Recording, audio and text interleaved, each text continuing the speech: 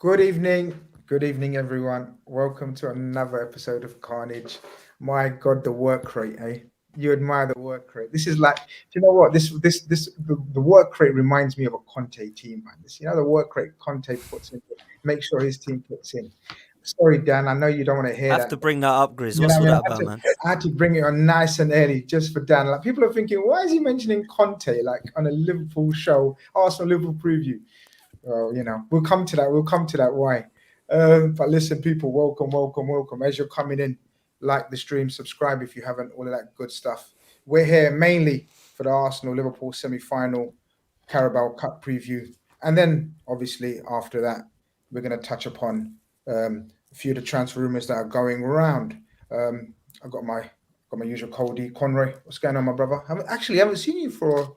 You haven't been on the show for a show and a half. Yeah, no, What's sure and a going half. on? Yeah, Show 2 and a half. days. Imagine that, letting the team down. Letting the team down. How you been? No, good, thanks, mate. Good. A lot of stuff's actually happened since I've been on a show, mixed in with transfer rumours or results like Antonio Conte tonight. No, I've been good, thanks. I'm looking forward to the show and pleasure to be on with these guys as well. Looking forward to it. Yeah, man, excellent. Next guest, I think, 100%. He's making his debut on my channel, and I'm so grateful. Mr. Errol, what's going on, my brother? How you been? How you doing, guys? Yeah, man, I'm good. I'm good. As I say, similar to Conroy, just watching everything unfold over the last couple of nights. And you know what? Some teams just haven't got those clutch players for the clutch moments at the minute. Do you know what I'm saying? So It's it's mental, interesting, isn't it? it is. It's crazy. Like that competitiveness between, and some people will say throw second in there, but if you'd said from third to about seventh at the moment is unbelievable. You couldn't really predict. You'd be a madman if you could predict how that's going to finish by the end of the season, is what I'd say. But from a Liverpool side, I just want us to make sure that we're not in that kind of dogfight. I want us to be in a 2-horse race and just stay where we are and kind of keep on this trajectory. But I know we're pretty much primed to talk about the Carabao Cup, so we won't go too deep into the Premier League tonight, I'm sure. No, man, we can delve into all sorts on this show, man. That's why it's called Carnage. Carnage. Carnage. This is what it's about. And you know what? I thought we've done about. If you think about it, right? This is the 5th preview, Conroy, we have done for Arsenal, isn't it? 5th. It's like mental because we've done one for the postponed one. We've done one for the league one. No, 4th one. So this is the 4th one, right? 4th one, yeah. Yeah, It's mental. It's like we're talking about Arsenal more than Liverpool on this channel. And I thought, you know what I mean? Who better to bring them on, man? Dan, what's happening, man? We need to bring an Arsenal man who to balance it up a little bit. Because I was at your AFTV studios, and I went behind enemy lines with a war hat and everything on, right? But I tamed them, and I thought, let's bring on Dan, man, to give us the Arsenal. My man, most welcome. Man, it's always a pleasure coming on with you, bro, and it's great to meet new people and great to speak to some Liverpool fans who, if I'm honest with you, of late haven't been as deluded as some Arsenal fans. So it drives me crazy, our fan base. So we might as well have a chat with you boys. Do you know what I mean? So yeah, pleasure to be on, man. I needed to return the favour, man. You've been on podcast with us for a long time now, so I thought, yeah, let's get. And I'm glad to see you doing your thing, man. Big up your channel. Glad you're doing your own thing and not just being, the bridesmaid as opposed to being a bride. It's time you be the bride, Grizz. Do you know what I mean? Oh, So mate, good for you, know man. what I mean? Bride I am, and bride I am, and I make a handsome bride as well. But listen, we won't go into that. Really appreciate that. Listen, we got oh man, I love this profile picture, man. He always uses my brother Callum from Coppish. Shout out Callum and Coppish. Mr. Here's my rebuttal cow lawyer sends in a super chat. Free hit FCR Techers broke Klopp. Get ready tomorrow. We have to. We've got no choice but to be ready. Conroy, I think it's fairly official now that the game's going ahead tomorrow.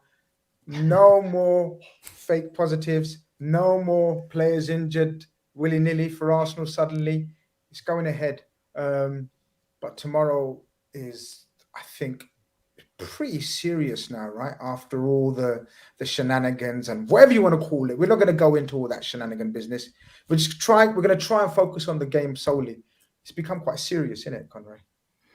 Absolutely. You would probably say the amount of stuff and drama is maybe the wrong word, but the amount of different factors are now in this game.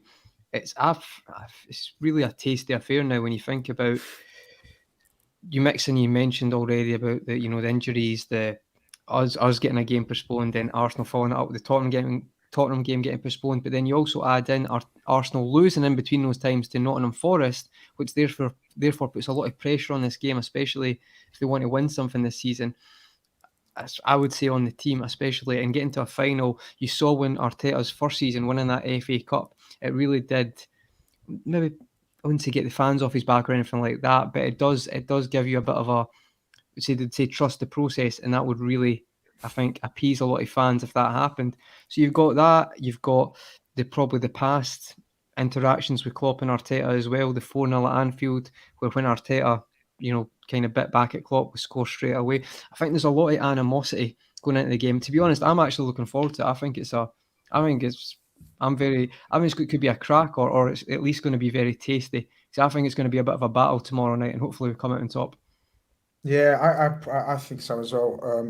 As I said, I done a preview earlier on with Turkish AFTV, and it's literally we both predicted mad wild predictions, but we'll talk about the predictions at the end. And Errol, coming to you, man, it's true. The way do you know what makes this tastier? I think it's probably two out of the three probably biggest social fan media bases as well around, and that makes it even more tastier because most of the beef has been on social media, Socials. right? Yeah. We've all got a lot to say in it. And exactly, everyone's been throwing in their 2 pence over the last couple of weeks, and Absolutely. it just seems to have gone back and forth, and we're in this little merry-go-round right now. And at the end of the day, the only thing that matters is who wins after the potential 90 minutes tomorrow. All the talk before the match or from the result from last week, it doesn't matter anymore. Like, everybody's focus is on tomorrow's game, and I think for that reason, it's a massive game, really. I think it's almost become a massive game for Liverpool in that respect. I know Arsenal would have treated it as a massive game anyway, due to the domestic cups being really their only focuses this season. I don't think that's just fair to say. They're not in Europe or anything like that, so all they've kind of got to focus on is the domestic competitions. I don't think any realistic Arsenal fan would have ever said that he was going to put a title challenge in. I think for them, this season's all about progression and trying to cement themselves into a European place. But they will always fancy themselves as a bit of a cup side and want to go deep in the cups, and they will be able to judge their success of their season on how well they do in those competitions, respectively. Whereas Liverpool, I think, our ambitions are a little bit loftier in the respects of, we want a challenge for the title. Whether it's attainable or not is a different matter. But we also want to battle on the European front as well, and we want to go deep into that competition. Enough Liverpool fans have threw enough kind of a little bit of shade at Klopp, really, for the fact that he doesn't necessarily take the Carabao Cup and the FA Cup seriously in terms of the team that he fields. But as much as that, it sometimes has been fair criticism. I don't think we've always been handed a lucky run in any of these cup competitions in order to be able to kind of use the squad that we've got to the best of our ability. So I think this season has been our best opportunity, considering how deep we've got into the Carabao Cup now, and we've got no choice but to take it seriously. So I'm excited for the fact that we've had to put that kind of mentality on, or that mentality on this game now, and to see, have we got the steel to kind of go through it and get ourselves to a final, because we know Klopp's got good records in semi-finals on the whole. But again, this is a new test, and I think Arteta's boys are up for it. So, it's going to be let the best man win at the end of the day. Absolutely. Mahboob's asking, Grizz, is your rugby top in honour of Mo Salah GQ front cover? No, but good shout. And then Anfield Roden says, Grizz tops is preview to the new training kit. Tell me, Conroy, that kit's Dan, fire, by the way.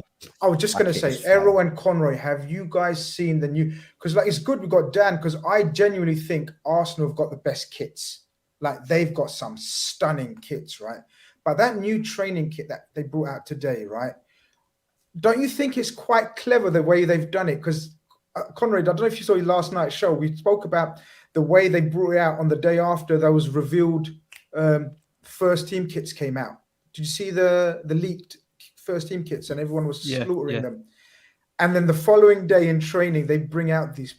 Oh man, I don't know. I'm ready to just remortgage my house to get that training kit, man. What do you think, guys? It's fire. I think it's cool. That's good. Fire. That's good. Yeah. That should be like sort of, they should mold that into the kit as well, I think, somehow. I seen a concept kit of that today as well on Twitter. That was floating about as well. Yes. Someone's kind of rehashed that design and put it as a bit of a concept. It looks good, man. Amazing. It does. I'd run with it, me. I would, but I'll definitely be looking to cop one of them just now. 100%. Dan, what Errol said and pretty much what Conroy said as well, I pretty much echo. From your point of view, so you reached the semi-finals and then there was a choice of in the draw, Arsenal, Chelsea and Liverpool. Which of the teams did you fancy? And now that you're in this situation where it's 0-0 going into your home leg, you've undoubtedly got the stronger team going into tomorrow in terms of what we know about team news and whatnot, but we'll get onto that. How did you feel at the time before the draw, and now how do you feel? So it's strange because I'm a massive fan of how Liverpool play football, but I would have actually wanted them in the draw just because I can't stand drawing Tottenham because it's like going to the dentist. I just want it over. And when it comes to Chelsea, I never quite understand what team they're going to put out. So I was okay picking Liverpool because I didn't see it as your priority. I thought Liverpool were looking at Champions League and the league. I actually tipped you guys to win the league and everyone laughed, and now I do look silly, but I didn't look so silly at the start. I really thought your first 11 was going to kill it again. You were going to get your players back and go for it. And Manchester City, I thought without a striker were going to struggle this season, but they proved me wrong yet again. I didn't fancy Chelsea because I think for every good player they've always got a youngster to make a mistake. For the Kantés, to the class of Kante, they've always got a Trevor Chalobah that's going to make a mistake, or a Callum Hudson-Odoi who's going to miss a chance. And I just didn't think that they had the squad, in my opinion, to win the title. I certainly looked at Liverpool's side without Mane and Salah and thought that they were missing something going forward, and that's Bit of a balance, bit of a balance. Equalizer. And let's be honest, I think anybody would miss those two. I think they're world class, in my opinion. I think Salah's the best player in the world at the moment, and I think Mane, although hasn't been up top the last couple of weeks, is still a class act. So you're gonna find it hard. With you there, bro. Say again, mate. I said FIFA would disagree with you there. Yeah, you're not wrong, bro. You're not wrong. Just as a neutral, though, Dan. Go on. Did that make sense? Him not being in the FIFA fucking team of the year. Any sense whatsoever? The reason it never makes sense, mate, is because all of the Premier League players, or whether you believe that Messi and Ronaldo are in the same bracket, they never look at players like Mo Salah, mate. In the world football, they'll never look at Mo Salah. They'll look at Messi, they'll look at Ronaldo, they'll look at Neymar. I mean, how does Neymar make anything near what Salah does? In my opinion, it's a madness. I've always liked Mo Salah. I liked him at Basel. I liked him at Chelsea, and I thought it was a madness for Mourinho to get rid of him and De Bruyne. But that's Jose for you. I think when you look at what Mo Salah's done, I think you have to put him up there with the greats now in the Premier League. I really do. A lot of people say that he needs to do more. I don't know what more he needs to do. He's won a Champions League. He's won a league. He's up there with Henry and Aguero for me now, and Ronaldo in teams of the league in Premier League history. Now I look at Mo Salah as one of those. I don't look at Mo Salah as having to achieve anything more. He's done more than what Thierry Henry had done, even. Listen, I'm a Thierry lover, but he didn't win the Champions League with Arsenal, and Mo Salah has. Mo Salah's now won the league with Liverpool, which is something that everyone would say, oh, Mo Salah's not won the league. Well, he has now. I think he's a joy to watch.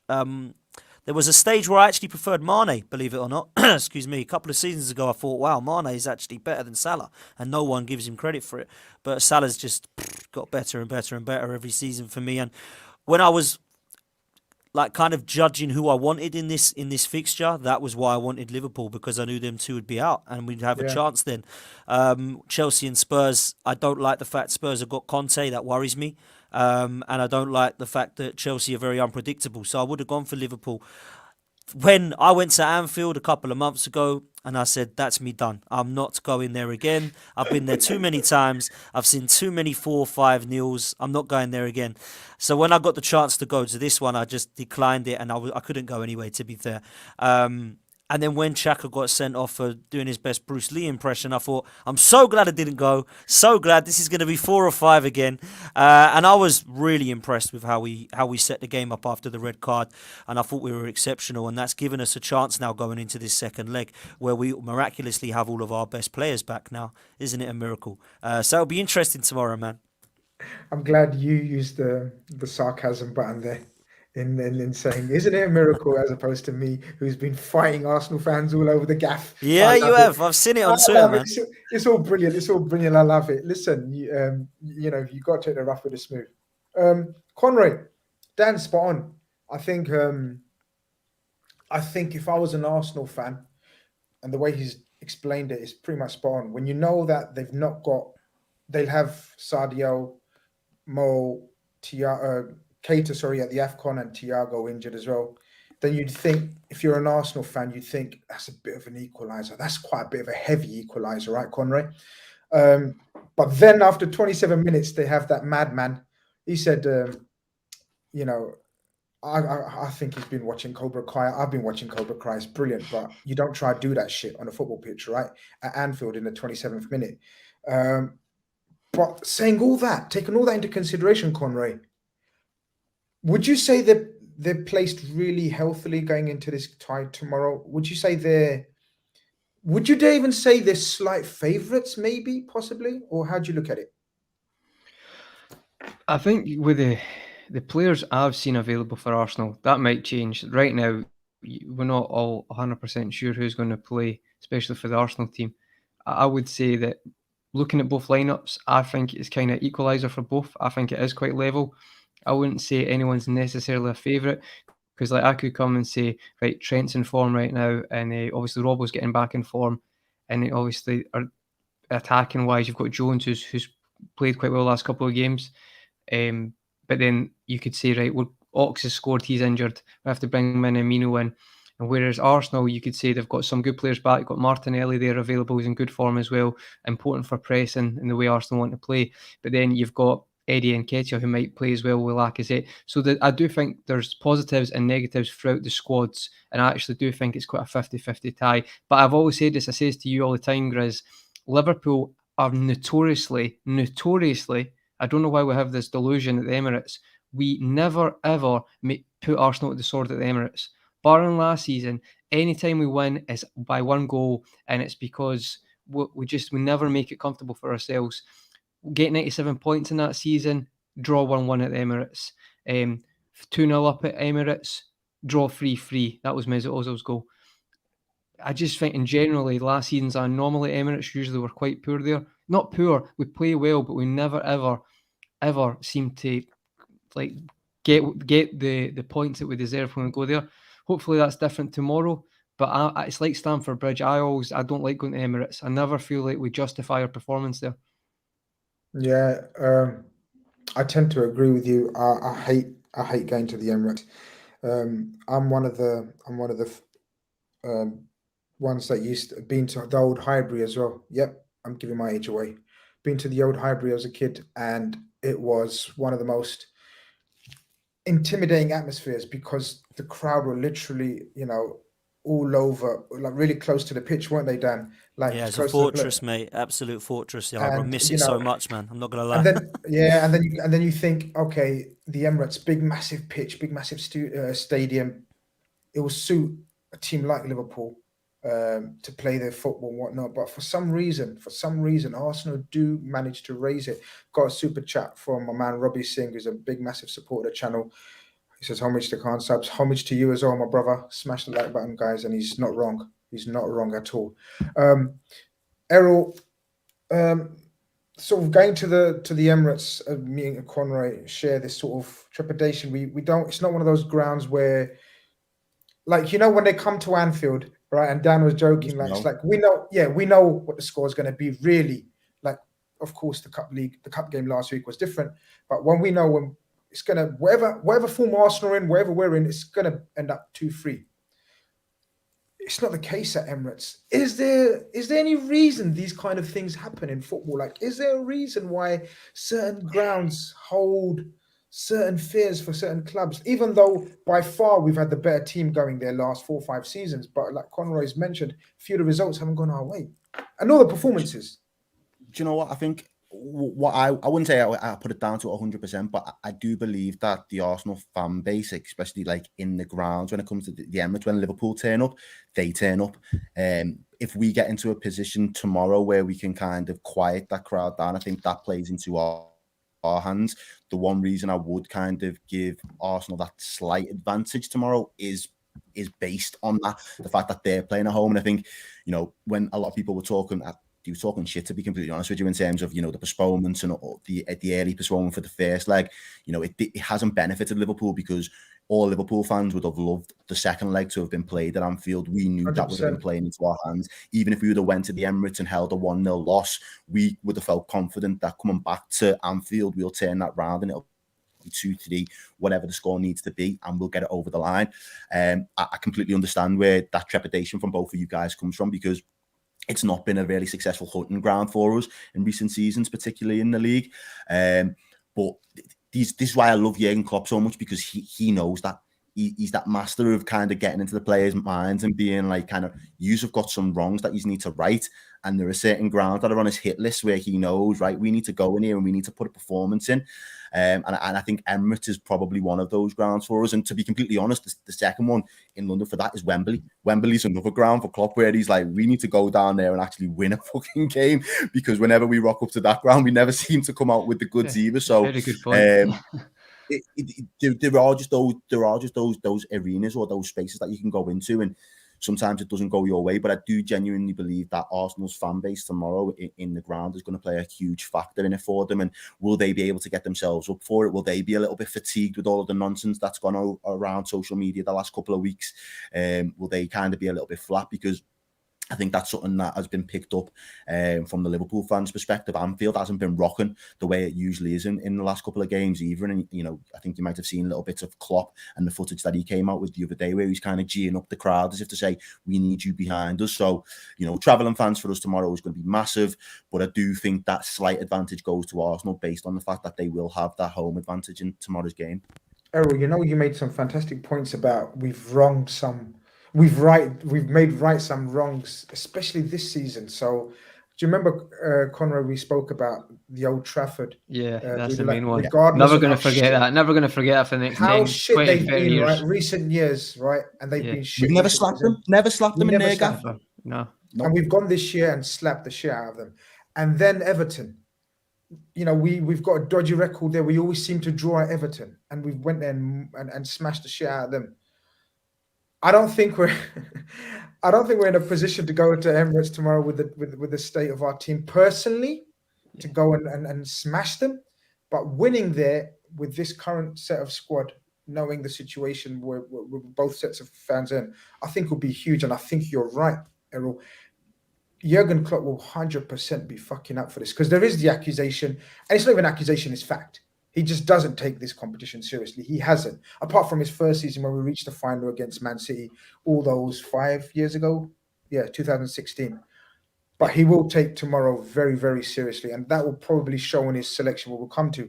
Dan, over to you guys. I think Errol is spot on. I think your fans will be I know you're up for it. We're all up for it. I think the Emirates will be absolutely bouncing tomorrow, right? Because you smell blood, basically, don't you? Well, I was amazed at the atmosphere at Anfield. You normally drown us out. I thought we were exceptional. I couldn't hear Liverpool. Amazing, absolutely amazing. And the Emirates has been fantastic this season. I've been going to the Emirates since it opened, since 2006. And there's times where it's a library, man.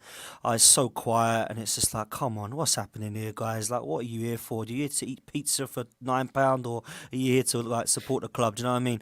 So I've seen this season every single home game buzzing. Now, I think, to be honest with you, Grizz, COVID's had a lot to do with that, because people have been missing it for the last couple of seasons. And now we're back in there, we're making the most of it. But actually, when I look at it as away from home, I go home and away at every game that I can do.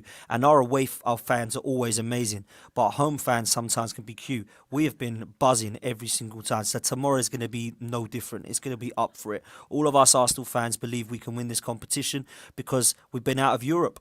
We've messed it up against Forest, which I think is a disgrace still, but won't go into that. So now this is our only chance of silverware. I know top four is on, and I know that is, for me, that's what we should be going for over this cup. But a trophy is a trophy, man, and we're good at winning trophies. Like in the last few years, we've won trophies. That's what we do. You know, we've won 14 FA Cups, but we haven't won this League Cup since 1993 against Sheffield Wednesday. So it's a competition that I want to take seriously, and I wanted Arteta to take seriously this season. One thing you mentioned, I think you need to look at how far you boys have come in the last 5 years, because I don't know if you were hearing yourselves, but you were moaning about drawing at the Emirates. A few seasons ago, you wouldn't have been saying that. You'd have been coming away going, I'll take that. We've drew against the Arsene Wenger's Arsenal. Like, times have changed, man. And you're disappointed with coming away with 1-1s and 3-3s. That just shows where we are in comparison to yourselves. So I think you need to be looking at where you are now, because that and praising yourselves for what Klopp's done, because, you know, to leave the Emirates and be devastated by a 3-3 draw and a 1-1 just shows where you guys are at the moment. I feel that it'll be a close game, but I feel personally like it's more pressure on us to get to the final than yous. And I still stand by that, because I feel like we have not got other competitions to look at. You have. I know the title's pretty much over in most people's eyes, but you will still look at that as your kind of aim. The Champions League will still be in your aim, and you've still got a chance. But for me, I think it's literally top 4 and a trophy for us. And I think we're more desperate to get there, to get that trophy, than Can you I ask you a guys are. question, bro?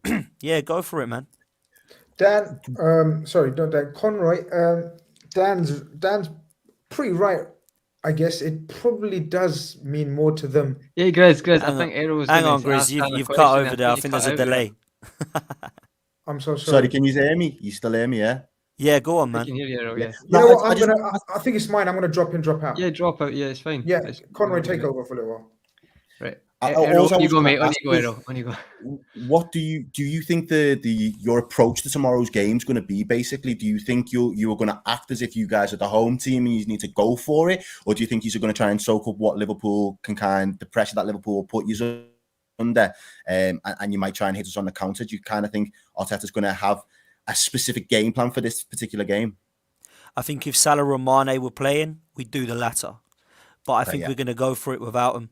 And what's strange is people say that Liverpool haven't got Salah and Mane, so they're easy to get at. What we forget is that you guys are going to be hard to score against, because out of your back 5, in my opinion, you've got 4 players there that are debatable to get into a world 11. I'm not even joking. I think Trent Alexander-Arnold is ridiculously underrated. I don't know what Gareth Southgate's smoking. The guy's got 10 assists already this season.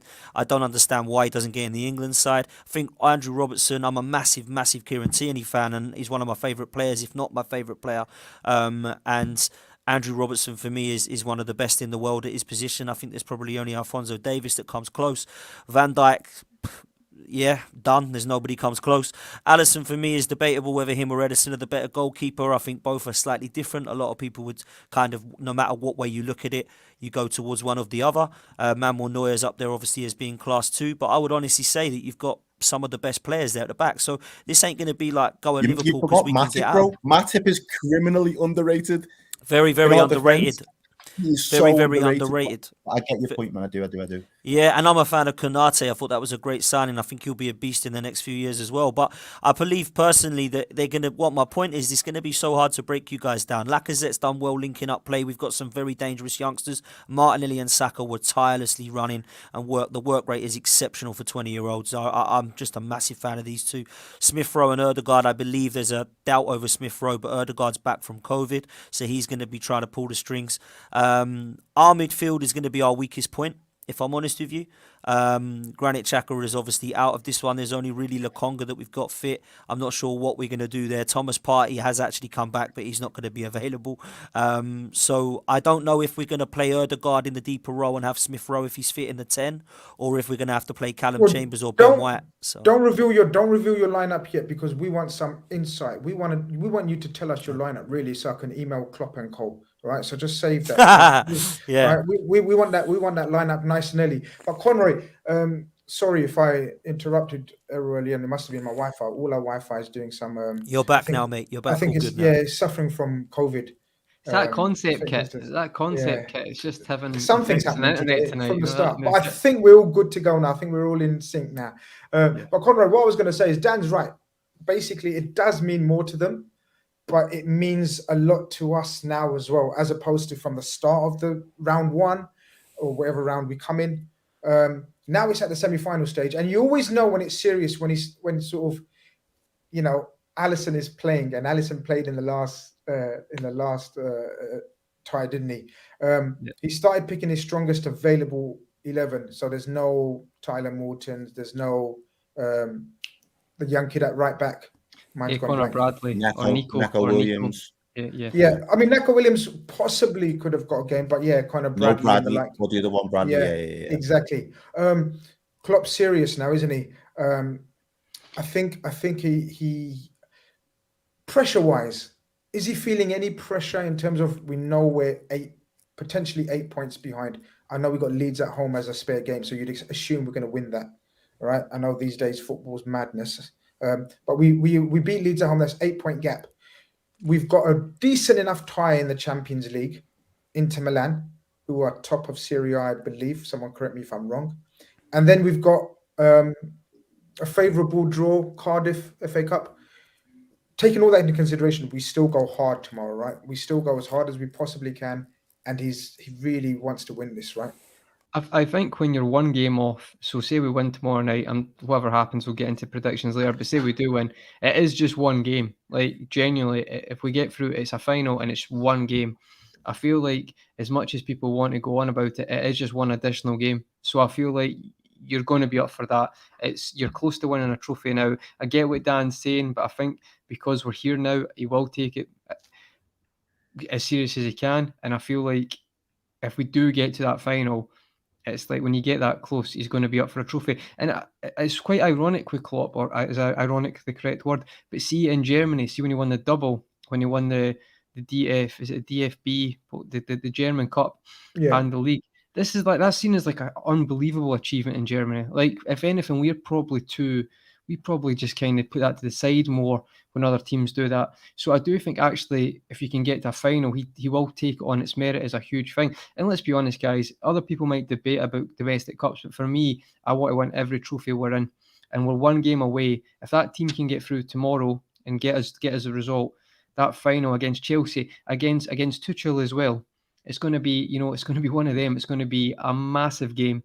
So I'm looking forward to it, but I do feel that in this occasion, Dan, I think you've got a really correct point, Dan, but I do think in this occasion, especially because he has to rile that team up anyway because the players been away at AFCON. So his hands are kind of tied in a certain way. Like, he's only got a certain amount of players he can play. So he's going to give the back line and midfield as strong as he can to give that front line the support. Because let's be perfectly honest, our front line is not as creative as it usually would be. So because of those circumstances, I think it actually probably plays his hand more than it would in other cases. It would be interesting, guys, if actually Mane and Salah were back, if he played them, but we'll never know. But really, I feel like in this occasion, I think he's going to go for it. Because I think what's happened as well in the last couple of weeks, that's added to the friction going into this game. And I just think it's going to be an absolute battle tomorrow. Who have Liverpool got at the weekend? In terms of league, Crystal Palace. Palace away. Yeah, Palace. Yeah, I think you would have played Mane and Salah if they were fit. I think you would have. You'd have been in the match day squad 100%. Yeah, 100%. Do you know what I was going to say? He needs to take a leaf out of Klopp, Pep's book, because apart from obviously the season when City went out, it was to West Ham, weren't it? They dropped out of this one too. They went and won a trophy early in the season. That set them up so nice to kind of say, right, let's get the taste for winning now. This is what it takes. This is the mentality. This is the journey that you go on. This is, the occasion of a final. This is what it feels like. And this is, in February or end of February, March, this is where you want to be end of April, early May. And he's managed to be able to do that for his City team. And they went and won, FA Cups. They got to a Champions League final. They went and won Such leagues. a good point, man. And it's all because he set them up. Errol, that's a brilliant point on a serious level, but on a joke level, right? On a banter level, what I always banter a few. The 2 out of the 10 City fans that I know. What I always say to that is, look, they're building their history, aren't they? So that's why they're trying to tally up the league, their FA Cups, the minor domestics. We've been there, done it. we're on the Champions League stages. You know what I mean? 5 and 6. We're looking for 7. So that's what you come back with. I'll let Errol come back, but then I want to add something to that. So on you go. No. But that's why I say to the City fans that say, No, look, we win trophies. It's true, but in that same sense, that City are building City's club as a club. That's Of building course. their history. Klopp needs to pad his history with this Liverpool team, and part of that for me in terms of being able to pad that out a little bit. And if we was to say again hypotheticals, if we was to get past Arsenal and then was going on to the final and to win it before the end of the season, the objectives and the goalposts change now because you're looking at the FA Cup more seriously. Like, well, how can we go and do a double in some capacity? How can we do a double when it was 97 points with City that season and we were so close? It was that hurt of these are going to actually go and win this. And we was behind the leg with Barcelona, but we knew we had to dig it out because we can't let the season go to waste. You never hear the end of it. You never hear the end of it, Errol. If we won nothing and got 97 points, you would never hear the end of it. There was rival fans getting ready with a knife and fork out, ready to give us it for the rest of eternity, I think. And then that brought out that performance against Barcelona 100%. because no one really brings it up now. It's used as a 100%. positive for us. But see if we'd won nothing, that's all you would have heard. Errol, I'm going to stick with you with this message. Hassan says, big up Hassan. He says, evening, everyone. Looking forward to tomorrow. Got a feeling we might approach it a little pragmatically and just soak up and hit Arsenal the counter. Do you think we're going to play like that? Do you think we got the players potentially to play like that? Well, I don't. I asked Dan this question as well. I asked Dan this question, and I think what he was alluding to was the fact that he feels with this squad that we've got, they will probably try and go for it. What they can offer in midfield is still unknown, and if they're going to be able to win that midfield battle. My thing for Liverpool is if we're able to win the midfield battles and the majority of our games we go on to win them, we kind of abandoned ship with the midfield the other day because it wasn't really what Klopp is used to doing. I think he didn't manage that in-game properly. But what I think we will try and start with a little bit of intensity. We will press the life out of that Arsenal team, and we'll see if they've got the composure in them to build those sustained patterns of play to kind of play through us. If they struggle to break us down, I think we will be the team that then sniffs blood and we will start to go through the gears. So I think it'll be a slightly reactionary or a reactive approach from us in terms of seeing how they measure up. But in terms of the intention, it'll be real pressures, but we're trying to pressures into mistakes. And we'll see if you've got the ability to be composed on the ball and work your way out. If that's the case, then we'll be compact and we'll just try and soak it up. But effectively, what we will try to do is be quick and I think we'll try and play really direct. One of the things I mentioned, I did the watch along with the Red Men for the game at Anfield, and there was too many sideways passes and backwards passes. There wasn't really anyone injecting any passes forward.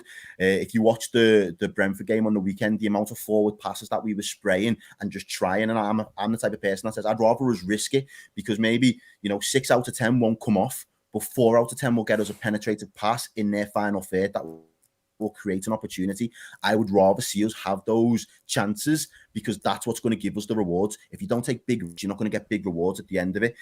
So I don't think we can play conservative football tomorrow. I feel like we need to be quite direct in our approach. And I think obviously everybody knows the way we play with our fullbacks. It will be to try and get the likes of Robbo and Trent high up the pitch so they can get balls in and around the box. I absolutely agree with you. And Dan, one of the most impressive things about last week, it was last week, wasn't it, when we played? Yeah. Mm-hmm. Getting confused with the time. Too many games. Yeah, exactly. Too many streams, Chris. You work harder than anyone else. Do you know what I mean? Bloody hell. But one of the main things that I was really impressed with, Dan, was he changed his... Obviously, it was forced upon him with the red card. But the way he didn't put the extra man in midfield, he put the extra man at the back. And I think he very quickly worked out that our weak point last week was in our midfield. We just didn't have the energy and the control that we usually play with in midfield. Like when I'm about to watch Liverpool Arsenal, I'm always looking for my midfield to swamp the shit out of yours, right? Just press you lot and don't let you lot breathe and force mistakes from whoever's in there, Xhaka, Partey, whoever's in there, right? Win the ball and then bang, right? Transition. Arteta, I thought, was a bit of a masterstroke, the way he went 5 at the back. And so instead of like a DM Xhaka's a DM or whatever you want to call him, more of a defensive player, a holding player, goes off. Instead of putting someone in there, he put an extra centre back in there and just said, you can have the ball in midfield because I know you haven't got the creativity because no Thiago, no Keita, no Curtis Jones, and you haven't got pace to get behind us. You just totally can't. I thought a lot of credit goes to Arteta for the way he handled that. Tomorrow he can't afford to play like that. I think, A, because of the crowd won't let him play like that. I think it'll make the crowd anxious. So B, if he's not going to play like that, how do you see him now? Now is the time to give us your tactical setup. How you think he's going to be not forced to play, but he's going to take the game to Liverpool. So when you go down to 10 men, Grizz, at Anfield, you do one thing. Try not to lose the game. And that's exactly what we did. And we put everybody at the back. And the jury's been out with me on Ben White. I saw Ben White play, and then I saw Ben Shite play, and then Ben White would come back in, and then Ben Shite would be back in. You know, one good game, one bad game, right? But I was really impressed with him. I thought he was exceptional, man of the match, and definitely deserved that. Thought he was outstanding. So we're going to be completely different. We're not going to be setting up like that, in my opinion. I'll be amazed if we do. Depending on injuries, I still don't know. There's still a lot of talk about it. But I think we will come at you. I think we will. I think the last time we played at the Emirates, I thought our performance against Manchester City was exceptional. And then Manchester City in the first half weren't really at the races. And in the second half, I believe they got a little bit fortunate. But again, decisions didn't really go our way, and we made a couple of silly errors from Gabriel and Xhaka. But I expect us to come at you like that. I think we'll come out all guns blazing. I don't think we'll be sitting back and keeping it calm and stuff like that. I did say when you just jumped off when your Wi-Fi went that I think if Mane and Salah were actually fit, that we might look to soak up a little bit more because they're so dangerous. However, I think we will come at you. What we're starting to see from Arsenal is a style of play which I've been crying out for nearly 2 years under this guy now, but I'm starting to see it when we have our best team of 11. And what we're seeing quite a lot of is passing in triangles on the right and the left. So when Tomiyasu and Saka are going on that right-hand side, they're linking up very, very well with a triangle with Martin Ødegaard. On the left-hand side, Kieran Tierney and Granit Xhaka, when he isn't getting sent off, are playing quite well with their link-up play and triangles with Martinelli, who I think's been an absolute star since he's come in the last 6-7 weeks. And then what we're having is a diamond in that midfield where you have your kind of Ben White and Gabriel partnership, which is now starting to work. And that diamond of Thomas Partey at that base, Xhaka on that left, Martin Ødegaard who drips over to that right, and Lacazette playing as a little bit of a Man City forward, a little bit of a Jesus dropping in, not really playing with a centre forward. Lacazette at the tip of that diamond, which links up and allows the likes of Saka and Martinelli, who are working tirelessly and tenacity up and down that right and left hand side, and Lacazette's linking in with that. That's the style of play. That's what I expect to see moving forward, because let's face it, Grizz, we've got 12 or 13 players, Arsenal. We don't have 20 or 25 like Manchester City and Chelsea do. So that's what we look at style of play wise. When one or two of those players are no longer in that side, it doesn't work. We've seen it when Pepe and Aubameyang come into it. We've seen it when some of the other players in midfield come in. It doesn't quite tick and it doesn't quite work. And believe it or not, we are looking towards our novices to create that style of play. The Sakas, the Smith Rowes, the Ødegaards, they're all 22, 21, 20 years old. We're looking at those bright sparks to allow our play to go. So that's what I expect tactically from Arteta tomorrow. That's what I expect similarly with the team to be. So we'll go into team predictions, I know, in a minute. But I expect that to happen because I don't think we'll fear Liverpool, because we know that you've got a couple of your star players out, and we know that we can play well at the Emirates with our home crowd against big teams, and you are a big team. So I think we'll fancy ourselves. Errol, you was going to say something. Sorry, Errol. Yeah, those young lads, those young lads, you said it perfectly, lad. Those young lads are sponges in that Arteta system at the minute. You know, he can offload all of his tactics to them, and they are just soaking it up and literally putting it out on the pitch, and you can see it in their performances. You know, I'm a massive fan of Martinelli. I think he's absolute quality. You know, considering the money that you bought him for and where you found him, I don't think Arsenal fans particularly give your scouting department a lot of credit, but he is definitely a diamond. You know what I mean? Like he really is, and he's one of them players that I wouldn't necessarily say you've got to build your team around, but he's the type of player that you've got to include on a consistent enough basis, so he becomes, you know, on the money. He's in, week out. Because I think when he gets that vein of form and he's in, week out, you need to then be able to keep hold of him. That's the next big job for Arsenal. Are we being able to offer this guy enough? Is he going to be playing a level of football that his quality deserves? Likewise with Saka, I think I was one of those, again, in conversations that I've had, saying, we should have put a cheeky bid in for Saka before he signed his new deal. And a lot of people were basically saying, is it too soon? Are we going to be able to do that? But I think we missed the boat with Saka now. I don't think, you said before, the level that Liverpool are at, I don't believe we could potentially put the package in place to take a Saka away from an Arsenal at this moment in time, just because we actually did. We actually made him a tremendous offer, Saka. Okay. I know this for a fact. But he's so close and loyal Arsenal through to and through. Arsenal at the time. He's Arsenal through and through. Financially, like, we were ready to break the bank for him, for a teenager, not for a teen. But now he's established. Now he's been to a Euros final. Agree. Now Arsenal are challenging for Champions League. The only way we get out of Saka now is if they fail to reach the Champions League for the next 2 seasons. I'd say. Yeah. If they fail to reach the Champions League for the next 2 seasons, then the likes of us and Man City will absolutely, because he is on a par for me with the Foden, Saka. Who else in that age It's his football intelligence. It's Bellingham as well. Yeah.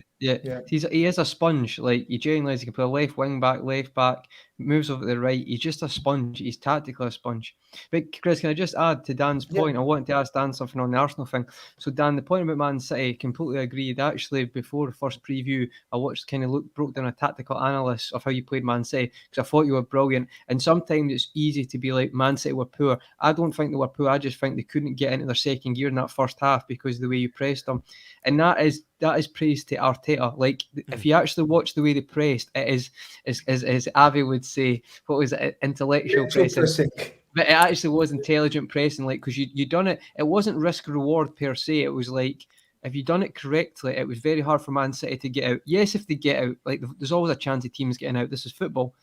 But I thought it was really impressive, especially as you mentioned Martinelli and Saka. But I just wanted to add that, see, Odegaard in that role, he surprised me the most, because see, against City, his pressing, he would just sit on Rodri, and it was kind of important as well, because it allowed for certain sequences for you to get in. So I just think, do you think if Odegaard plays tomorrow, my first question is, if he does play, do you think they'd play him there?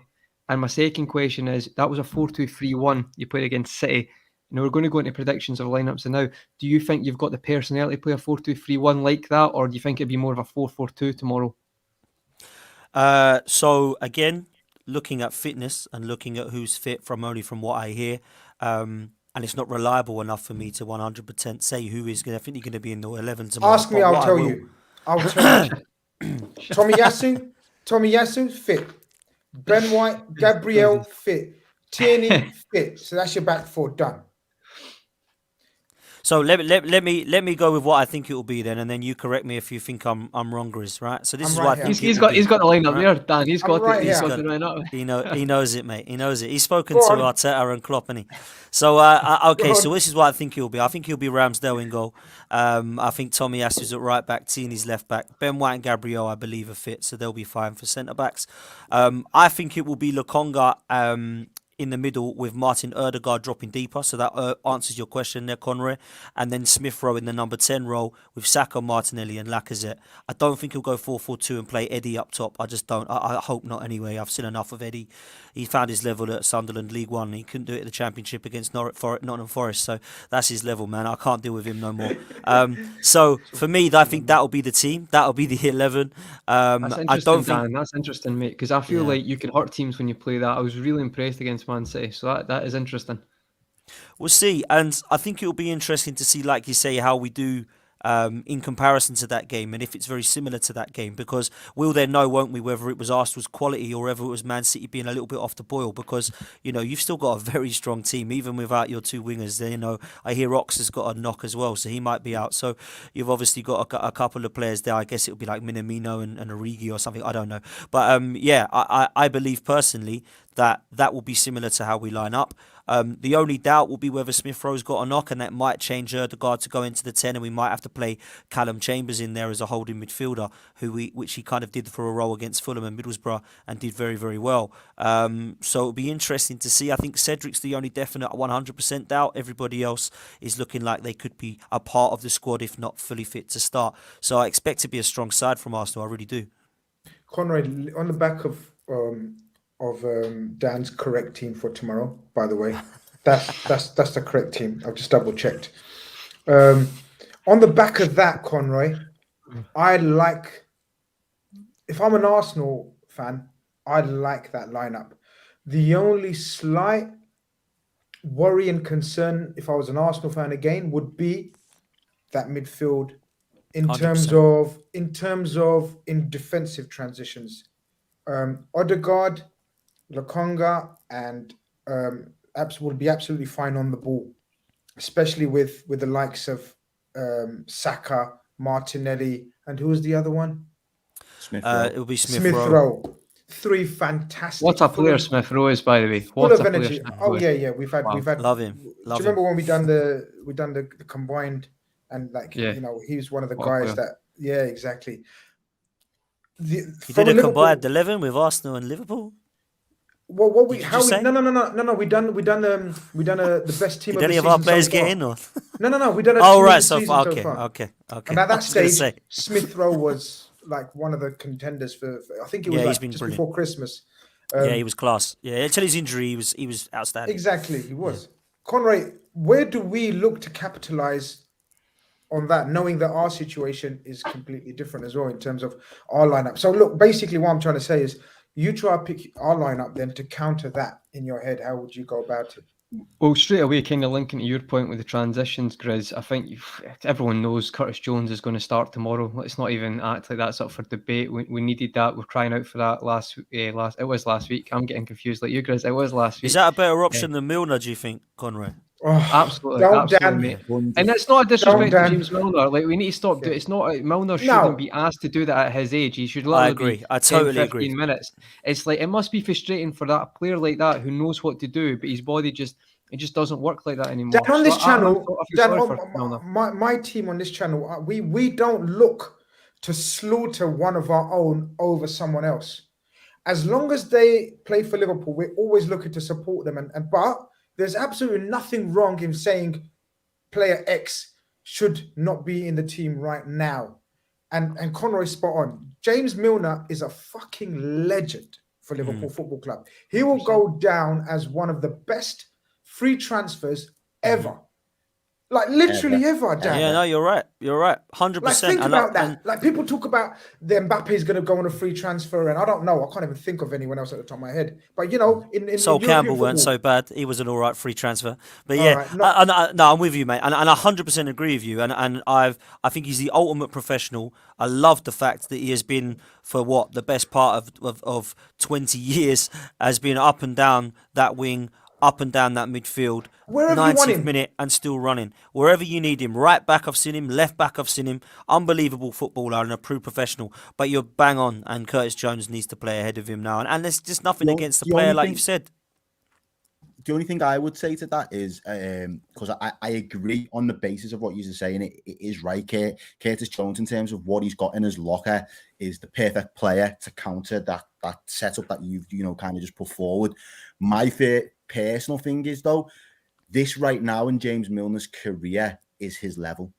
He should be playing these games.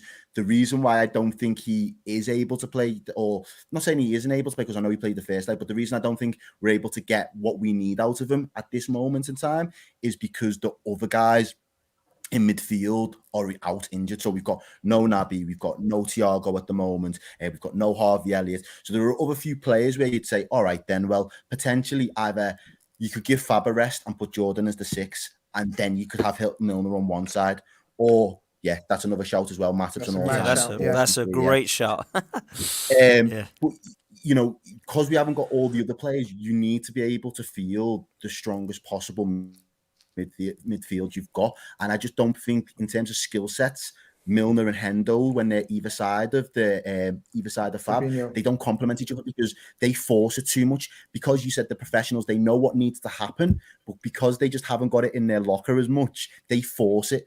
And when they're forcing it, it's not organic. They're not just creating those spaces, they're not driving and pulling defenders apart, whereas that's naturally Curtis Jones's game. So in an ideal situation where Liverpool have got all of their players available to them and we play this tie in the 3rd or the 4th round, I think Milner has to start. I think that's his level for where he is in his career right now.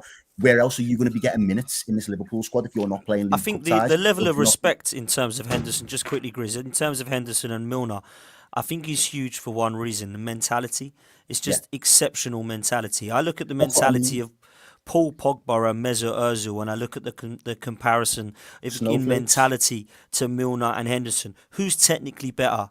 Paul Pogba and Ozil leave them both technically dead in the water. But who would you rather have in your team? I'd leave Ozil and Pogba dead in the water, mate, and take the other two because the mentality is spot on. And Henderson, what a unbelievable achievement that guy. I remember when you bought him, I thought, I don't really get this guy. I don't know why they've got to get rid of him.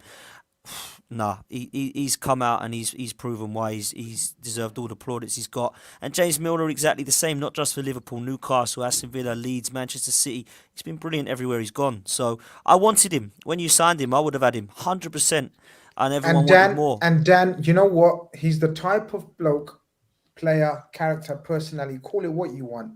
He's the kind of bloke that sets the right standards and examples, and that emanates throughout the squad in terms of professionalism and everything. Leads by example. Absolutely. The only thing I'll disagree with, Errol, I agree with everything that you said. I get what you're saying, that he needs to play in games like this. So, for example, Carabao Cup, if we haven't got the other options. The only reason I'm so against it, and don't get me wrong, there's every chance Jurgen Klopp throws him in tomorrow, right? Mm-hmm. There is every chance he does that. My only fear is the fact, look at the names, look at the ages of the other players we've mentioned that are going to play up against him, and the legs and the energy that they're going to have. Smith Rowe runs for fucking ever. Saka, Martinelli. It's just the legs are not there for James anymore. James Milner is an absolute stalwart in terms of professionalism and everything. His brain is still smart. He's football smart. He knows the game. But do you agree, Conroy? Like in terms of his brain still there, but the legs, Yeah, I think it maybe relates to you can't compare every footballer to their age. So certain footballers have played a different way. I think Milner's been 100 miles an hour for all his career. So I feel like that's why it's just catching up to his body a little bit quicker than perhaps there's some players who can maybe go to 38 and still, look very agile on the ball. The reason I thought it initially, Grizz, was the other night he came off. Was it Shrewsbury? I can't remember who it was against. It might be the Arsenal game, Grizz. He came off, and you could tell he's just fuming. And it's like it was the Arsenal game. I'm taking a lot from a look, but what I mean is, like, when I'm watching him, it's like it must be very difficult if your head is like, because you can understand that sometimes he knows what he wants to do, but his body's just not doing it quick enough. And especially, I'll just add to your point, Errol, that we're not going to get into the Liverpool's tactics this year, but there's definitely been in some games changes for what the eights have to do, and it's sometimes push higher up to kind of join the triangles. We're not going to get into that today because that's a conversation itself. That doesn't necessarily suit. In the past, that midfield has been allowed to be more compact at times, so that in itself is another factor. And I just think let's play it safe. No, I completely agree. He doesn't play tomorrow. Like I completely agree. No, I get that. But in terms of where I would expect him or what Klopp would have been expecting from him, it would have been you'd have been kind of penciled in for these League Cup games for as much as I can get out of you. We'll get you in those League Cup games, provided everybody else is still fit to play, to slot in. Especially when you're playing a few youngsters, and you need the James Milner need that to leadership set the example at the right time. But Conroy, we need a bit of insight. Like Dan's named the Arsenal team. Can you name the Liverpool team for tomorrow, please? For all the you sent me earlier, didn't you? Not that one. No, not that one. I got so we'll go for it. Will be Alisson. I'm not going to get into my Kelleher rant again. I'd be annoyed if I was Kelleher. We'll leave that for another show. Said that too many times.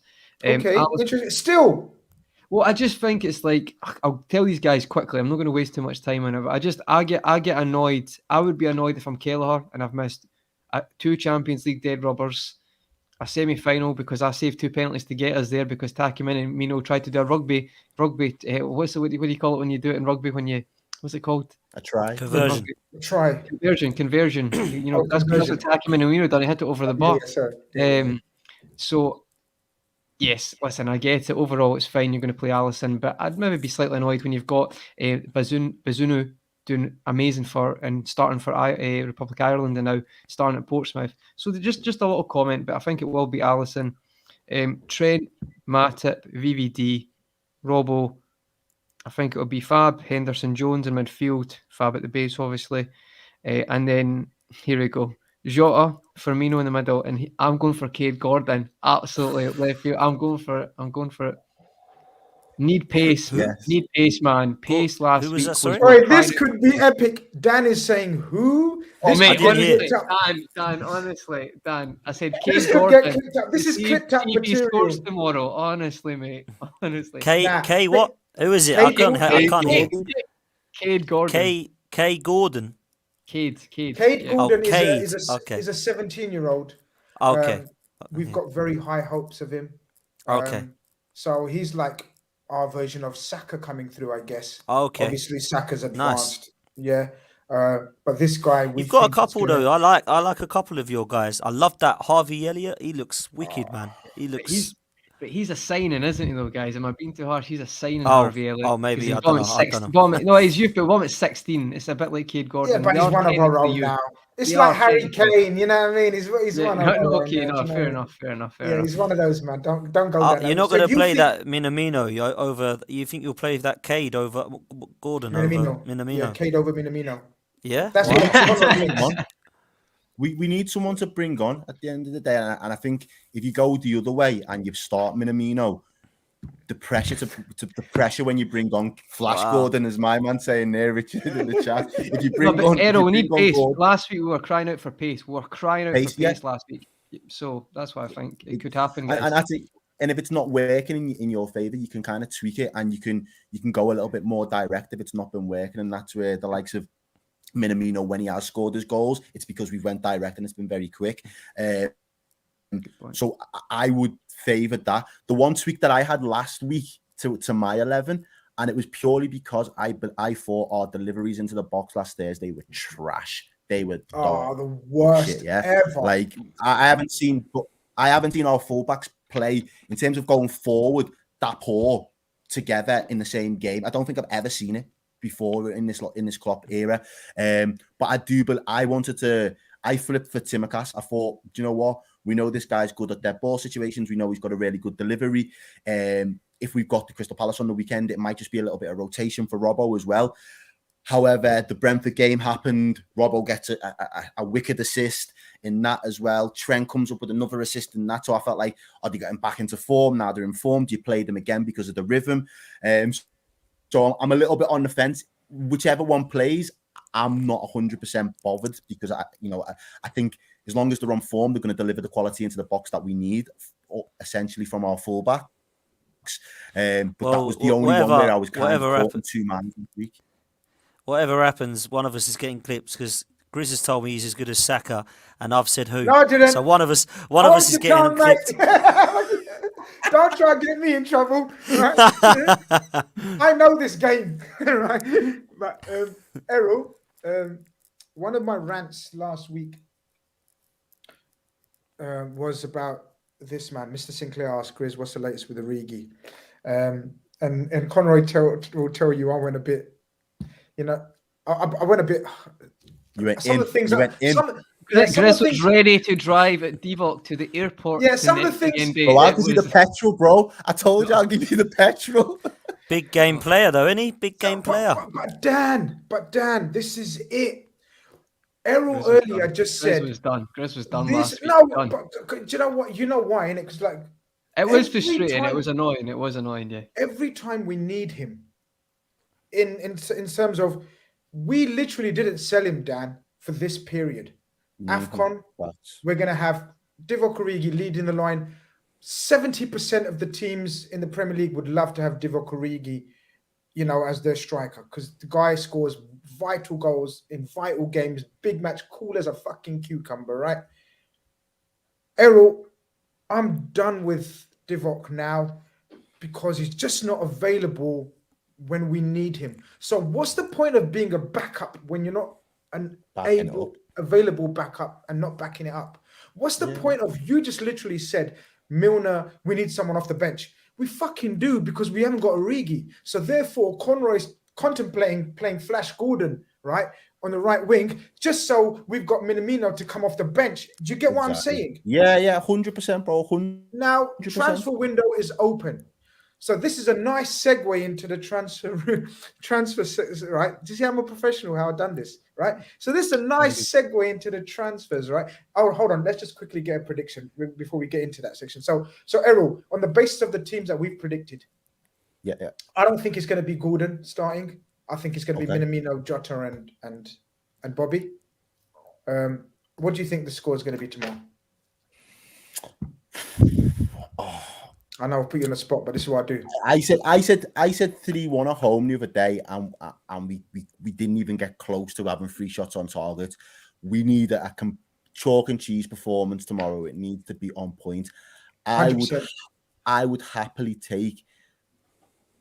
I want to say it might not sound comfortable, but I'd take a comfortable 2-1.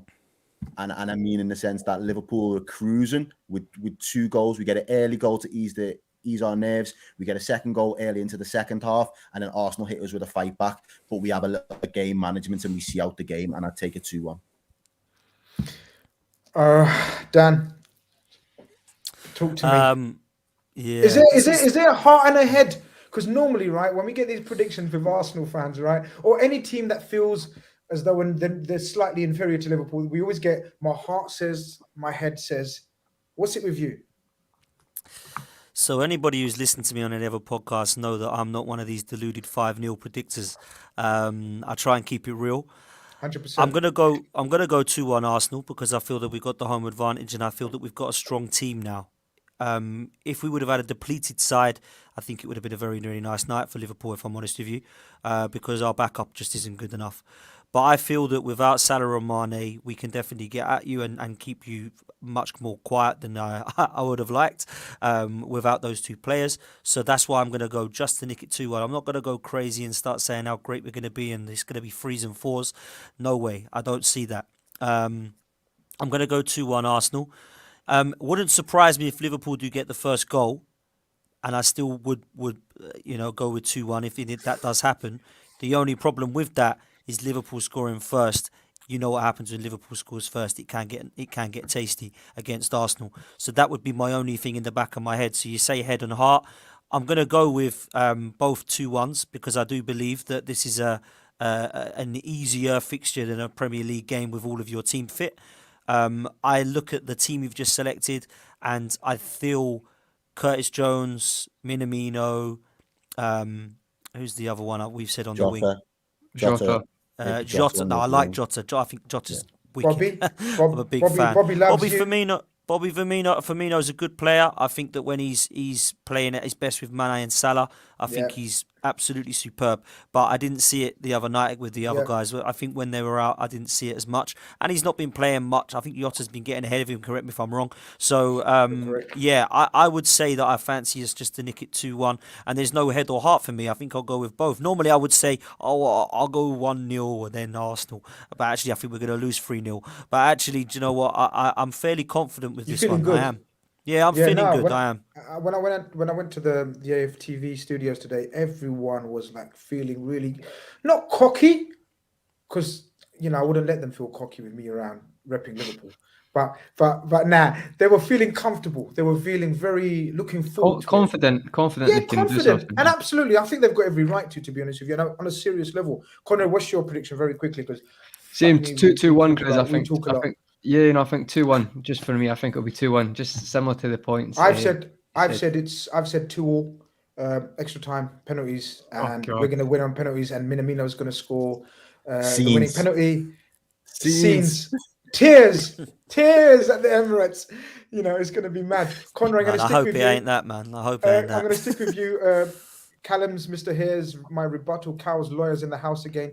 He says, Conroy, Tsimikas or Tierney?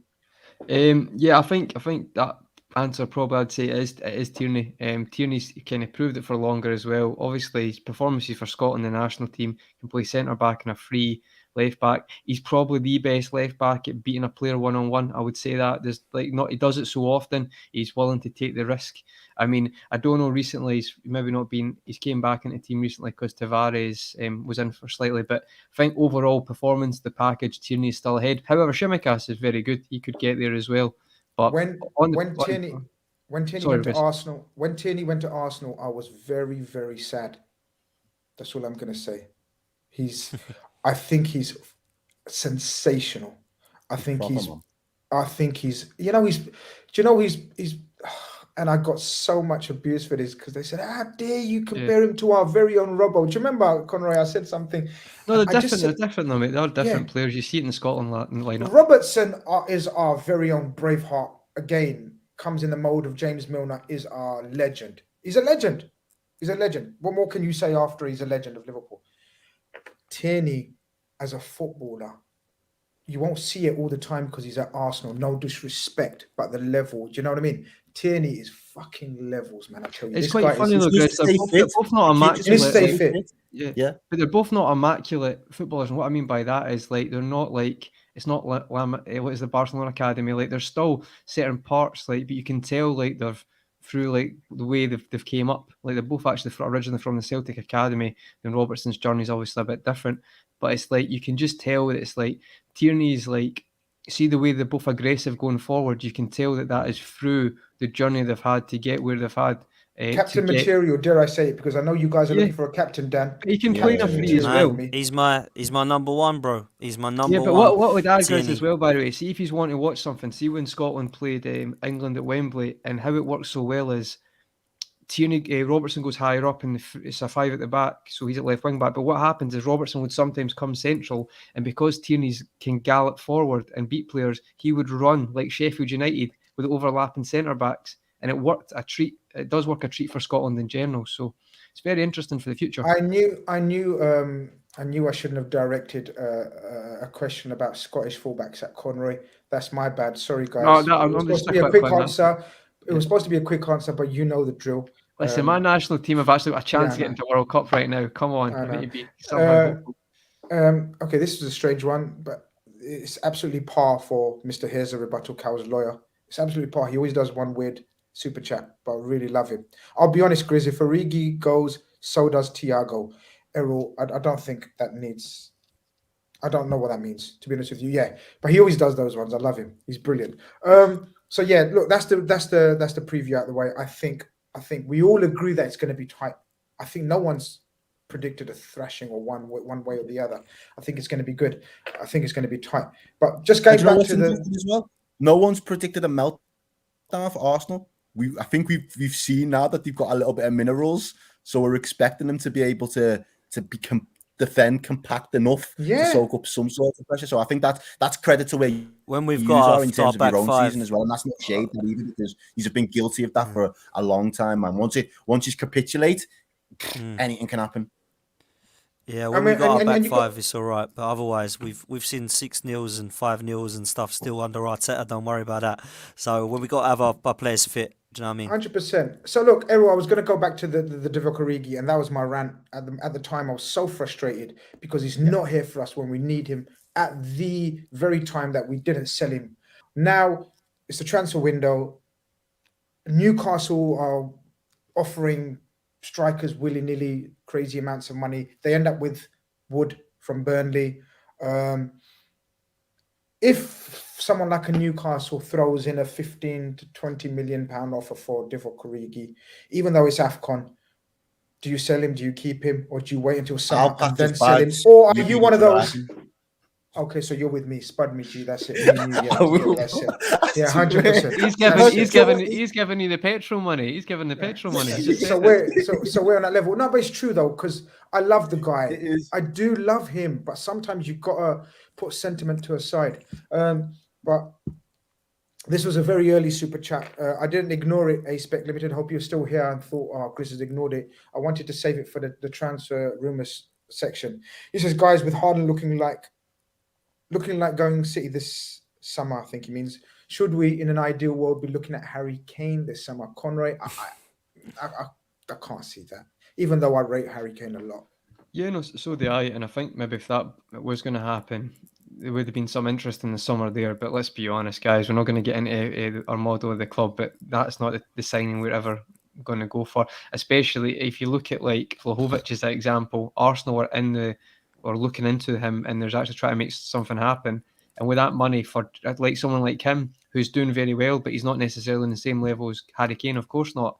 I think like we'd be absolutely priced out of that. However, I do agree. I think it would be a great acquisition for us. It would suit us, but that's not going to happen. Nah, it's just way beyond his time. I don't know why I think Liverpool need to do something like that, though. I'm not saying Harry Kane, but I love your recruitment. I love the way you run. I love your model. I think it's exceptional, and it reminds me of how we used to. You should come on the show at the end of the month, Dan. You should come on the show. We're tucking into the You haven't stumbled into LFC Twitter yet, then have you, mate? No, mate. We'll invite you a long time. I mean, the way I see it is this, and I'll say this quick. We're one bad result, Dan. We're literally one bad result from fucking airplanes going outside, fucking flying over Anfield. Just delete Twitter, uninstall Twitter for about a week. Man, I thought our fans were bad. Man, our fans do the Yoki Koki every week with Wenger in, Wenger out, Arteta in, Arteta out. It's unbelievable. Honestly, it's actually true. It is, honestly, man. Dan Conroy sorry, Chris, go on. No, Dan Conroy mentioned Vlahovic very strategically because, I've taught him well. So, lovely segue into Vlahovic and Arsenal. Yeah, go for You've it. been linked mad with him. Obviously, all the reliable journalists, I don't know, Conroy, if you want to bring it up. Everyone seems to think, or at least suggest very, very firm, strong interest in this fella. Let me take away the thing so we can see. Talk us through what you think about Vlahovic to Arsenal, and does it excite you? Does it excite me? 100 million trillion %. It excites me. This kid is probably, for me, the only striker ahead of him at the moment that excites me more is Haaland. This guy's numbers are ridiculous. The stats are unbelievable for a 21-year-old, and people will say it's only Serie A, but I see what this guy's doing and scoring goal-wise. It is outstanding. I've seen headers, I've seen holding up the ball, I've seen link-up play, I've seen penalty taking, although he did miss one a couple of nights ago, but scored. He is a player that can drive, he's a player that can go one-on-one, he's got a wand of a left foot. He's pretty much, for me, one of the most all-round strikers that I have seen in a very, very long time, and for his age, it is unbelievable what he is doing. So, yes, it excites me. Do I see it happening, Grizz? No. The reason I don't see it happening is because Fiorentina will accept, and there's rumours that they have accepted. They would like to keep Lucas Torreira, who's on loan, so we've got that advantage as well. However, I'm not so sure Vlahovic is looking at this project and thinking, wow, I'm excited. And the reason he's not is because I think, although he may suit the age and he may suit the Sakas and the Martinellis and Smith Rowes, I think he knows in the summer the big boys are going to come calling, and Arsenal are just not the big boys anymore. We used to be. But if he gets to a stage where Real Madrid find some money, Bayern Munich look at wanting to replace in Lewandowski, Juventus say, we need you because we're struggling in Serie A and your goals would help us come back to the top, I think he'd be more tempted by that offer in the summer. So I don't see it happening. The only way it is going to is money will talk and the agent will get 20 million a year or something crazy like that. And he'll say, do you know what? Let's make this work now. So I don't see it happening. I think that we're very short in centre midfield. But for me, this would be an outstanding signing if Arteta and Edu can pull it off. Yeah, no, but look, what it does for certain show is ambition. And Arsenal fans that I speak to, and I fucking speak to loads of yous because obviously from London, grew up around Arsenal fans. But yeah, look, it shows ambition, and that's what you've been crying out for a number of years now. Like, show us the next level of ambition now. And I think, as Conroy said, a lot of your signings have surprised me. Odegaard has surprised me. I thought Odegaard was a good signing. He's turning out to be a very good signing. I'm with you. Yeah. I thought Ramsdale was a poor signing. It's turned out to be an excellent Proved everyone signing. wrong. Yeah. Ben White, I knew was going to be good. Tomiyasu, I knew was going to be good. Oh, Tierney, he's I knew was been going to be. Tomiyasu, mate. I tell you, Exactly, unbelievable. exactly. You know what? He reminds me of someone we used to have, lads, Steve Finnan. Now, he won't look glamorous. He 7 won't or 8 out of 10 every game. Every every game. game solid and reliable.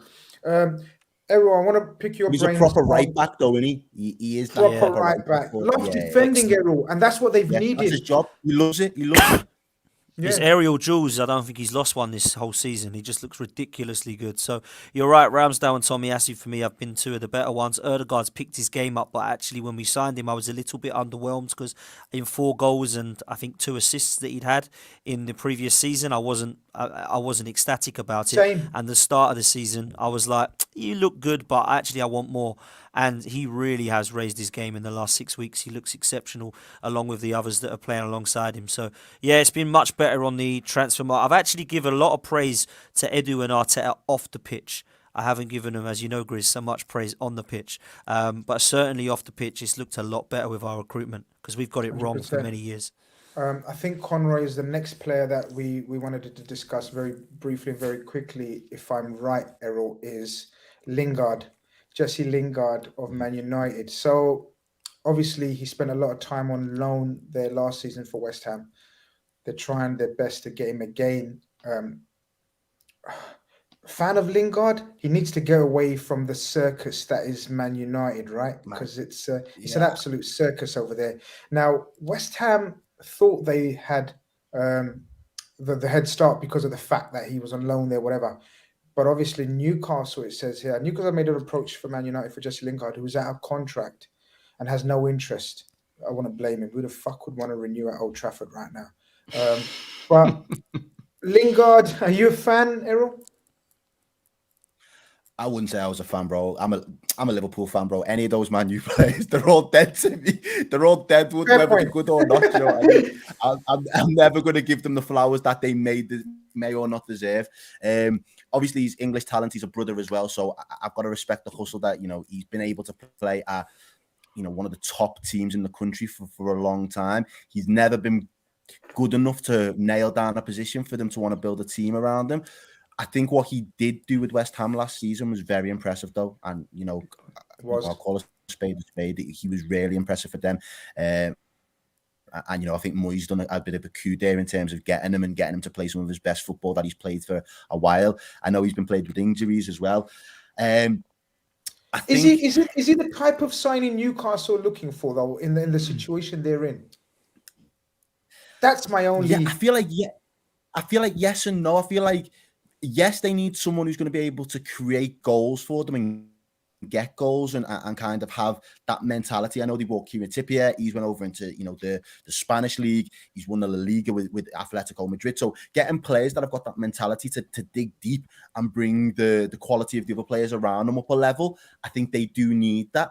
Is he going to be able to fit Eddie Howe's system at the moment? I'm not 100% sure what that link up with their forward line would potentially look like. I know that Eddie Howe in recent weeks has dropped Rondon into centre mid in and around the same sort of position Lingard would be playing. So I don't know if that's a bit of a conflict as well. There's just not that many teams in this Prem right now that I can see him going to in January, and I think he might just leave on a free at the end of the season, if I'm completely 100%. honest with you. Yeah, I'm with you on that one. Conroy, are you a fan? Yeah, I think it would be a good signing, and the reason I think is if you look at what he done with West Ham, is he was effective in a lot of games, and in some games that maybe would have been tricky, like away fixtures. Like there's one thing about Lingard is he can make stuff happen, and I feel like when you've got Saint Max in that team, he could be effective. Errol makes a good point, though. It's like the one thing I'm never sure with Lingard, and I probably should do more research into this, but I don't know what his best position is.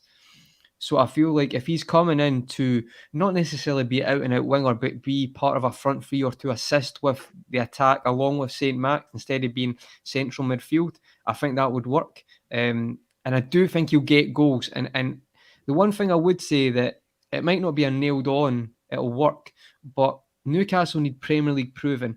This is why I don't understand this kind of like the kind of arrogance towards the Chris Wood signing. They are desperate right now. They need people who they know can perform. I feel like you could spend 25 million on someone from a different country, but you don't know they're going to come and definitely perform, and they're in the mud right now and need to get out of it. And that's the one reason I could see Lingard being good for Newcastle, because he was effective for West Ham. I would also add that maybe Lingard's looking at it from the opposite point of view, thinking, right, I want to get in the World Cup squad, because we saw he literally played half a good season and he got back in contention. But that Newcastle may not be the right move for him, because he wants a team that's definitely going to be in the league next year, so he can kind of have the first half of the season to show that he should be in that squad. So I don't know if there's a bit of that thinking going into it, and maybe why he won't sign for Newcastle. However, I do think it would be a good signing, I've got to be honest. Newcastle are also linked with the next player that we will probably want to round up with, Errol. That's Nat Phillips. Nat Phillips obviously is fifth choice in effect. He's too good for them.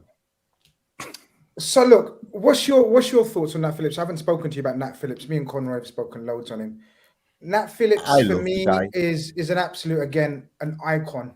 He will go down as an icon for that season, for last season.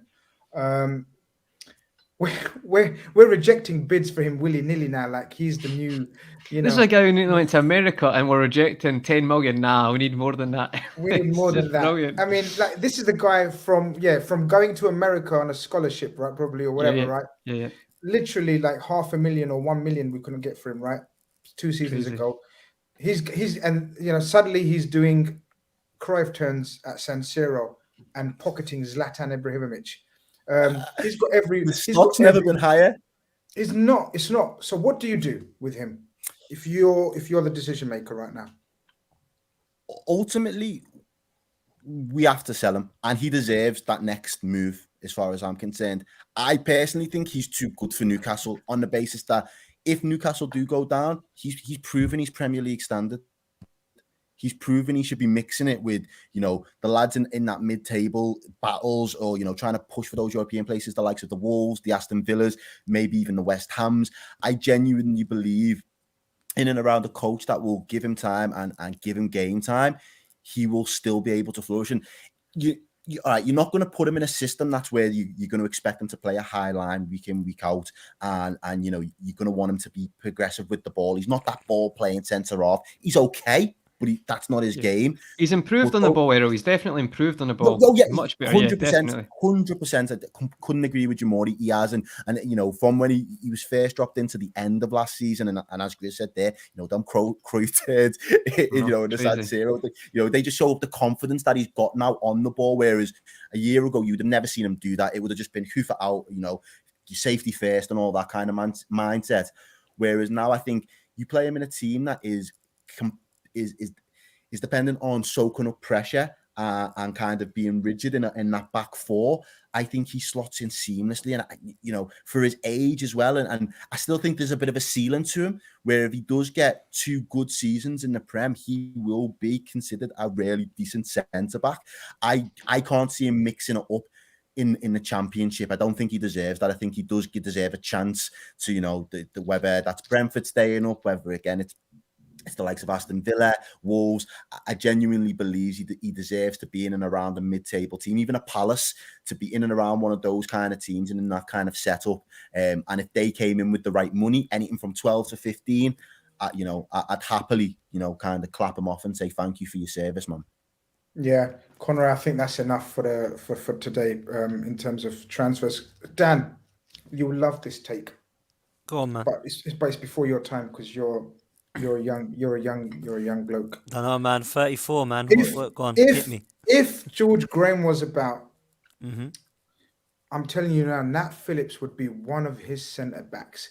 He's got so much Steve Bold about him. It's unreal. I grew up watching Steve Bold, one of the most underrated centre backs of the previous decade, if you know what I mean, like 2 decades ago. Yeah. Guys, Steve Bold, O'Leary, Andy Linegan. Do you remember Andy Linegan? I do, yeah. That era, right? Nat Phillips is a throwback to that era of centre backs. And I'm telling you, the likes of Steve Bold would have loved this fella. He's an absolute diamond bloke, and I'm with Errol. He deserves it. I know exactly where Errol's coming from in terms of he deserves to play in the Premier League. He's proved he can do it. But I genuinely think he's going to go near the end of the window. I just think we. Is it Newcastle? You think then? Yeah. It's No, definitely gonna be Newcastle. No, Newcastle made a bid for him. No. I've heard 7 million. Napoli were interested as well, Grizz. I don't know if you heard that as well. That's a strange one. I haven't. But I know Reece Williams is on his way back as well. He's being recalled. Yeah, good point. So yeah. I don't know what you make of that. What you will, but that would suggest that there is communications and conversations happening where he might be on his way somewhere. Picking up when I know the Arsenal history. Like, do you know what I mean? I told you I grew up. I grew up, man. Arsenal's got like the reviews of the season DVDs, and he's I'm literally 20 minutes. I'm literally 30 minutes, 20 minutes from. I went to university in Highbury, Islington as well. Do you know what I mean? So like, I've got a lot of affinity there. Secret man. Arsenal fan, Grizz. I'm telling you, man. Loves Arteta. Do you know what I mean? But respect for Arsenal. fair play, man. When they and then Wenger just totally revolutionized the game. Well, I grew up.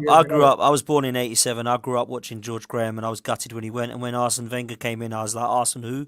And then he just turned us round. So exactly. Yeah, I loved the Andy Linnigan days and the Keon Adams and the Bold and all that stuff, man. I loved that. So mad. Fair play, man. But Nat Phillips. For me, that just quickly, Nat Phillips. I think. I'm sure. Don't quote me on this. I'm sure him and Rob Holding were at Bolton together, and I thought that. We'd signed him, and it looks to me as if they're kind of similar in terms of their style. I'm not a Rob Holding fan personally. I don't think he's good enough. And it looks like Nat Phillips isn't good enough either in terms of staying in the first team for Liverpool. No, that's fair They enough. have the same kind of style. They have the kind of the old school defenders, if you get me. I think sometimes it's kind of grown out of that now. I think we've outgrown those type of defenders. Like you say, George Graham would have got hold of Rob Holding and Nat Phillips and turned him into an Adams and Bold. But I feel like it's time for him to go 100%. And as for Jesse Lingard, quickly, get the hell out of United because.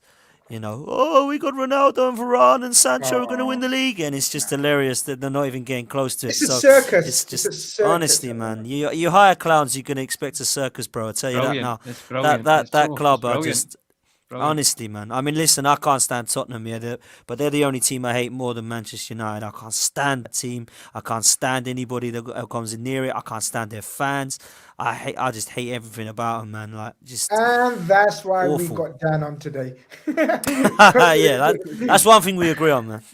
Chris, can I just add quickly? Not be too long on this. See, just to let you guys know as well, I think the thing about Nat Phillips, right, is obviously, thankfully, I get to come here, discuss football, love it, it's a passion.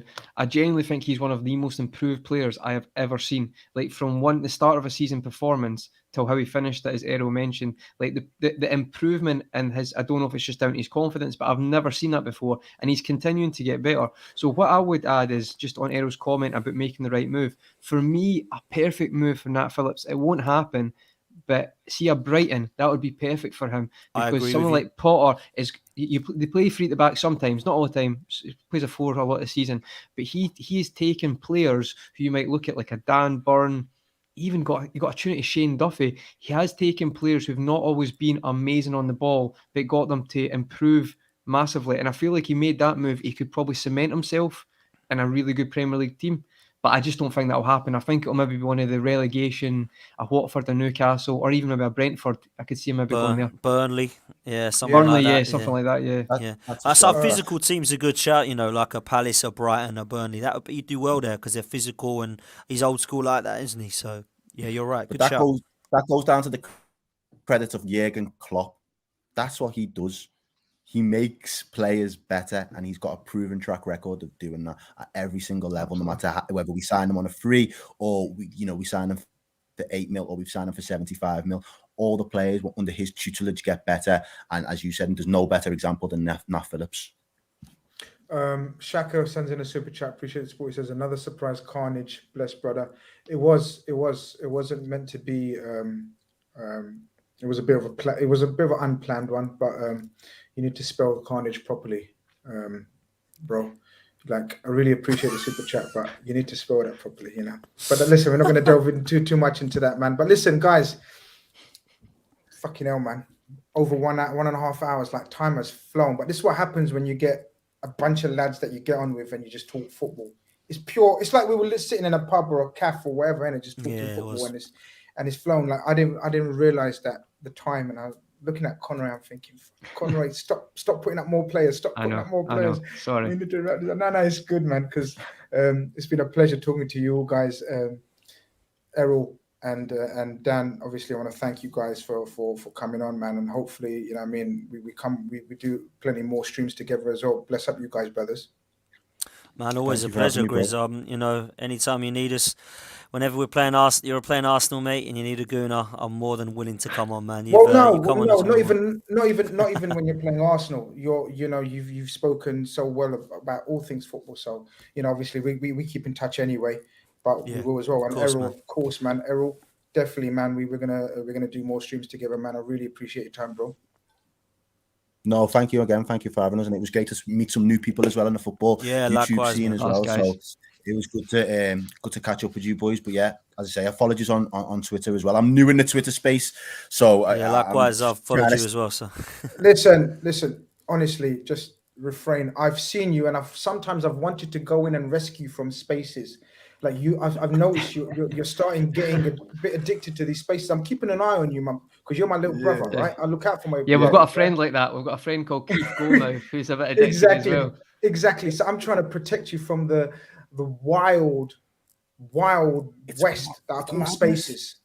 Yeah. It's a madness. It's all new to me, so I'm just trying to find my feet. Well, whatever happens tomorrow, watch the Liverpool Twitter and the Arsenal Twitter. It's just going to be pure entertainment, man.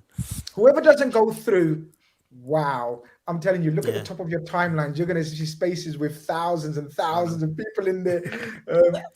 All right, Shaka's come back. Shaka's come back with another super chat. Khanage. By the way, quick question for Conrad. Is he asking a quick question? We love Scottish fullbacks, the chat. I love it so much, Chris. This is the only questions I get, by the way, guys, about Scottish players. Right, Aaron Hickey plays in Italy at, oh my God, I forgot, but he scored 3-4 goals this season. He's another left back. So, and you know what, he's actually playing very well for a young age. So potentially, I mean, excuse me, if that's the level he wants to get at, that's a very high level, but he is very good, Shaka, so he could get there. Excellent. What is it with left backs, a Scottish man? Robertson, Tierney, this guy, that Josh Doig as well from Hibs. Like, what is it all about? Love that, mate. What a shout. That's a great shout. I love that, mate. Dan, absolutely, that's a great shout. Who's that? Ivan, I don't know that. I'm a football man. Like, Josh Doig he played at Hibs. Does he still play at Hibs? I think he does. Yeah, he's a good young player.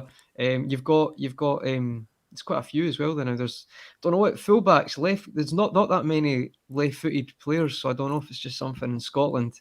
We nurse the best fullbacks, but yeah, Aaron Hickey is very good. Comes out with probably one of the greatest for Liverpool as well. Like he's an absolute shithead now. Torino. That's who Aaron Hickey's at. Torino. Sorry. Oh, is it? Torino. But Imran comes out with Steve Nicol, who was a fantastic player, shit pundit, mind. Like, do you know what I mean? Absolute shit pundit, talks absolute shit. No, he does, Conroy. Honestly, no, he does. He said some things about Messi that I've just completely. No. You don't want to watch him. You don't want to watch him. But listen, it's been a fantastic show. You lot in the chat has been absolutely amazing, as per always. Please like, subscribe, all of that good stuff. You know, that helps my channel grow. You know, I'm new. You know, I'm trying to grow my channel. You know, a lot of people still asking. 45K as well, bro. Congrats on the 45K. Yeah, bro. I don't know why people follow me. Like, it's mad. Like, I literally spend most of my time riling up opposition fans, bigging up Liverpool, and yet I'm so humbled by the non-Liverpool fans that follow me. That's the best part. Like, they know I'm there to rile them up, but they're still following me. So I love that. I'm absolutely humbled with that. That's the best ones. But yeah, listen, guys, you guys have been fantastic. I think these guys have been fantastic. It's been a great show. Another episode of Khanage. Tomorrow we will be back with the post-match. Conroy, are you joining me? Yeah, I think. Are you joining me tomorrow? Yep, tomorrow the post-match. Yep. Yeah, post-match. Conroy's on the post-match. Evan will be on the post-match. Keith, Big K, Goldmouth will be on the post-match if I can drag him out of a space on Twitter. Oh no, like that's about 50-50 to be honest with you. Yeah, no, I'll drag him out. Hopefully it's a positive result. I think it's going to be entertaining. I think it's going to be tight. I think it could be a late one. As I said, I've predicted penalties, so the post-match could be a little bit delayed. But guys, Have your notifications on. Subscribe to. By the way, how stupid. By the way, go and follow Errol on Twitter. He's an absolute amazing. Go and check him out on Redmen TV. And of course, Dan. The name of your podcast is. So I'm on a couple actually, same old Arsenal, and me and Lee Judges are quite close. So Lee Judges TV, we do quite a lot of stuff together on that. So yeah. Absolutely Cheers, brilliant chaps. Need to go and rep them as well. This has been Khanage.